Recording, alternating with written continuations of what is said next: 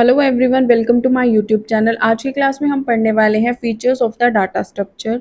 तो हमारे पास जो की फीचर्स हैं डाटा स्ट्रक्चर के वो ये हैं। Number 1 data storage, number 2 data organisation, number 3 data processing, number 3 memory management, number 4 homogeneous data, number 5 indexing, number 6 sequential access, number 7 dynamic size and the number 8 hierarchy representation. ये जो है की features हैं data structure के, जिन्हें अब हम one by one detail में पढ़ने वाले हैं। सबसे पहले नंबर 1 हमारे पास आता है डाटा स्टोरेज। जो डाटा स्ट्रक्चर है वो प्रोवाइड करता है way to store the data in an organised manner. Data structure हमें ये प्रोवाइड करता है कि जो हम डाटा स्टोर कर रहे हैं उसे हम ऑर्गेनाइज्ड मैनर में जो है स्टोर कर सकें, making it easier to manage. हम इसे बहुत ही ईजिली मैनेजेबल कर सकें and access the data efficiently, और हम इसे इस हिसाब से मैनेज कर लें कि जब भी हमें इस डाटा की ज़रूरत हो तो हम ईजिली क्या कर सकें, इस डाटा को असेस कर सकें। नेक्स्ट हमारे पास आता है डाटा ऑर्गेनाइजेशन। डाटा ऑर्गेनाइजेशन क्या कह रहा है? They organise the data in the structured format. जो डाटा स्ट्रक्चर है वो ऑर्गेनाइज करता है डाटा को स्ट्रक्चर्ड फॉर्मेट में, सच एज अ लीनियर, जैसे कि लीनियर हमारे पास array, linked list, stacks, queue, इस तरह का अरेंजमेंट, और नॉन लीनियर जैसे ट्री एंड ग्राफ। इस तरह से जो है ये फैसिलिटेटिंग करती हैं ईजियर डाटा मैनिपुलेशन को, कि हम इजीली डाटा को इस तरह से ऑर्गेनाइज कर सकें और जब हमें इसकी ज़रूरत हो हम इसको यूज़ कर सकें और मैनिपुलेट, उसमें कुछ एडिशन या सब्ट्रैक्शन कर सकें। कुछ भी हमें डाटा में एडिशन करना हो या रिमूव करना हो कुछ भी डाटा।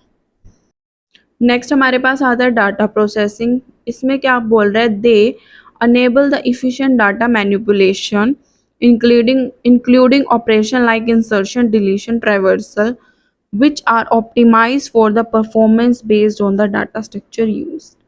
ये हमें कह रहा है जो डाटा स्ट्रक्चर है वो हमें इस तरह का फीचर प्रोवाइड करता है कि जो डाटा है हम उसे मैनिपुलेट कर सकते हैं, मतलब कोई भी ऑपरेशन अप्लाई कर सकते हैं, जैसे इंसर्शन, डिलीशन, ट्रावर्सल।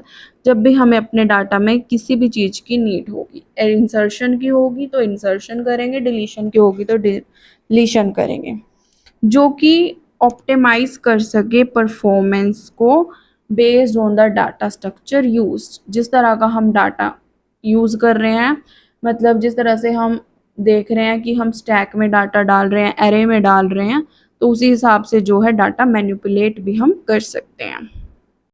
नेक्स्ट हमारे पास आता है मेमोरी मैनेजमेंट। मेमोरी मैनेजमेंट क्या कह रहा है? They manage the memory usage efficiently with the some data structure like the linked list, tree, dynamic allocating memory as needed। जो डाटा स्ट्रक्चर है वो मेमोरी को इफ़िशेंटली यूज़ करता है कि जिस तरह का डाटा है उसी तरह से जो है डाटा स्ट्रक्चर ऑर्गेनाइज किया जाता है। जैसे कि हम लिंक्ड लिस्ट यूज़ कर रहे हैं, ट्रीज यूज़ कर रहे हैं, वो क्या करेंगे, उसी तरह की मेमोरी लेंगे जिस तरह का हमारा डाटा होगा। तो डाटा स्ट्रक्चर से क्या हमें हेल्प मिलती है कि हमारी ज़्यादा मेमोरी वेस्ट ना हो, जिस तरह का डाटा है उसी तरह का हम डाटा स्टोरेज टाइप यूज़ करेंगे। नेक्स्ट हमारे पास आता है homogeneous data. Many data structure जो है वो स्टोर करते हैं होमोजीनियस डाटा एलिमेंट, जैसे कि जितने भी एलिमेंट्स हैं वो सेम टाइप के हों और उनको हम इंश्योर कर सके कंसिस्टेंसी एंड प्रिडिक्टेबिलिटी, कि जो हम डाटा यूज़ कर रहे हैं वो डाटा कंसिस्टेंट होना चाहिए और प्रिडिक्टेबल होना चाहिए, कि किस तरह का डाटा जो है हम ले रहे हैं और उसमें किस तरह के हम एडिशन कर रहे हैं, डिलीशन कर रहे हैं, वो सब कुछ हम अच्छे से मैनेज कर सके, कंसिस्टेंट भी हो और प्रिडिक्टेबल भी हो।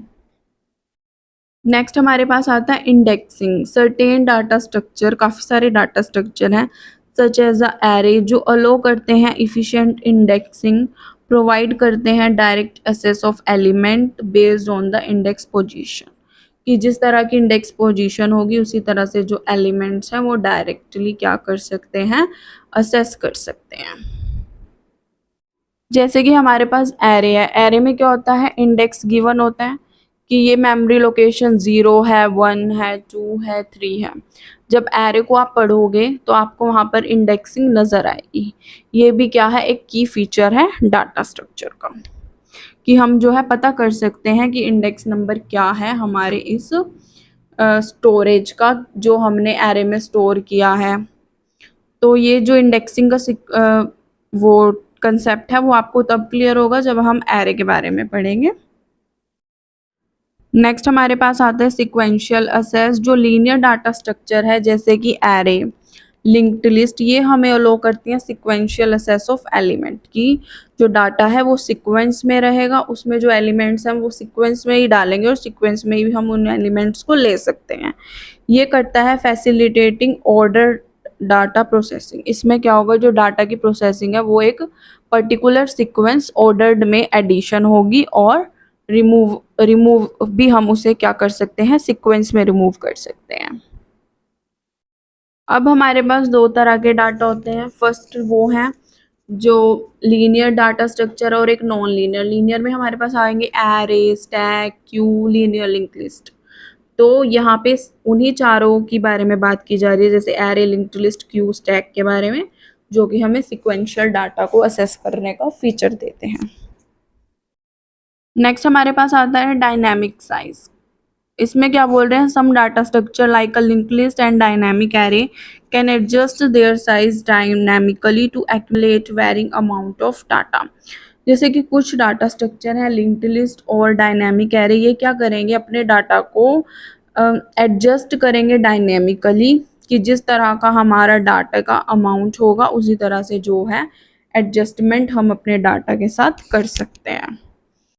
साइज जो है हम अपने डाटा एलिमेंट्स को देख कर ही क्या कर सकते हैं, एडजस्ट कर सकते हैं। नेक्स्ट हमारे पास आता है हायरार्की रिप्रेजेंटेशन। ये क्या कह रहा है, non linear data structure, non linear जिनमें कोई सीक्वेंस नहीं होती जैसे कि ट्री एंड ग्राफ, वो रिप्रेजेंट करते हैं हायरार्किकल रिप्रेजेंटेशन ऑफ एलिमेंट, जो यूजफुल है मॉडलिंग कॉम्प्लेक्स सिस्टम के लिए।